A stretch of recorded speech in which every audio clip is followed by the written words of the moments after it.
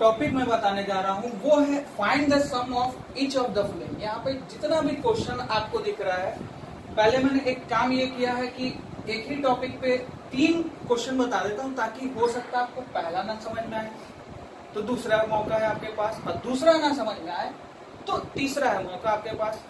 इसके बाद फिर इससे कुछ हट के क्वेश्चन सब्ट्रैक्ट पे, मल्टीप्लाई पे, इस तरह के कुछ वीडियोस और बनाऊंगा। तो पहला टॉपिक है, देखिए सबसे पहले 3/8, इसके बारे में आप समझ लें कि 3/8 है क्या। ऊपर वाले को हम न्यूमरेटर कहते हैं और नीचे वाले को हम कहते हैं डिनोमिनेटर, जिसको इंग्लिश में अगर आप इन दोनों के फॉर्म को बोले p/q के फॉर्म को, तो ये मेरा कहलाता है फ्रैक्शन। अब इस टॉपिक में हम चलते हैं सीधे अपने टॉपिक पे, ज्यादा लंबा वीडियो नहीं करना है। देखिए सबसे पहले डिनोमिनेटर पे ध्यान दिया जाए तो डिनोमिनेटर इसका भी 8 है, इसका भी 8 है, इसका भी 8 है। तो 8 8 8 का डिनोमिनेटर यहाँ पे आप सीधा 8 ले लीजिए। उसके बाद क्या करना है, इन सबको सिंपली जोड़ देना है।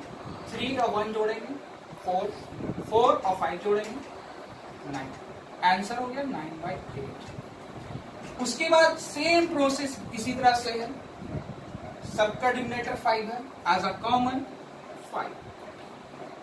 3 + 2, 2 + 3 5, 5 + 6 ये हो गया 11, इसका आंसर हो गया। अब जनरली आप ये समझ चुके होंगे कि एज अ कॉमन 3 लिख देना है, 4 और 2 6, 6 और 5 आंसर। अब हम चलते हैं थोड़ा सा इसी सब्ट्रैक्शन में, भले इसी ऐड में। अब हमको थोड़ा सा कुछ अलग बताने जा रहे हैं, जैसे कि यहां पर देखिए 4th क्वेश्चन, 4/3 + 1/2। इसका अगर सब्ट्रैक्ट करना हो, भले जोड़ करना हो, ऐड करना हो, तो कैसे करेंगे। सबसे पहले क्या करना है कि इन दोनों डिनोमिनेटर का गौर से देखें तो इसका डिनोमिनेटर 3 है और इसका डिनोमिनेटर 2 है। इसका डिनोमिनेटर 3 है और इसका डिनोमिनेटर 2 है। तो आप यहां पर सिंपली क्या करना है कि इन दोनों को मल्टीप्लाई कर देंगे। मल्टीप्लाई करेंगे तो 3 × 2 होता है 6, आप यहां पे 6 लिख दें डिनोमिनेटर में। अब क्या करना है कि 3 के टेबल में 6 कितनी बार में आता है, 2 बार में, या उससे अच्छा बेहतर है कि आप इसको क्रॉस कर दे गुना, 2 को 4 से, 2 को 4 से, यहाँ पे ऐसा करते हैं 4 × 2, 4 × 2 ये हो गया 8, प्लस 3 + 1 3। अब आप जनरली समझ चुके होंगे कि इन दोनों ऐड करना है तो कितना हो जाएगा। चलिए एक क्वेश्चन और ले लेते हैं इसी तरह का, 4/5 + 6/3। 5 और 3 को मल्टीप्लाई कर दीजिए, कितना होगा मल्टीप्लाई किया तो 15।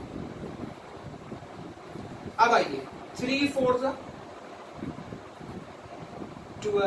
+ 5 6 30, 0 में 2 ऐड करेंगे 2, 3 + 1 4, ठीक है, ये हो गया मेरा आंसर।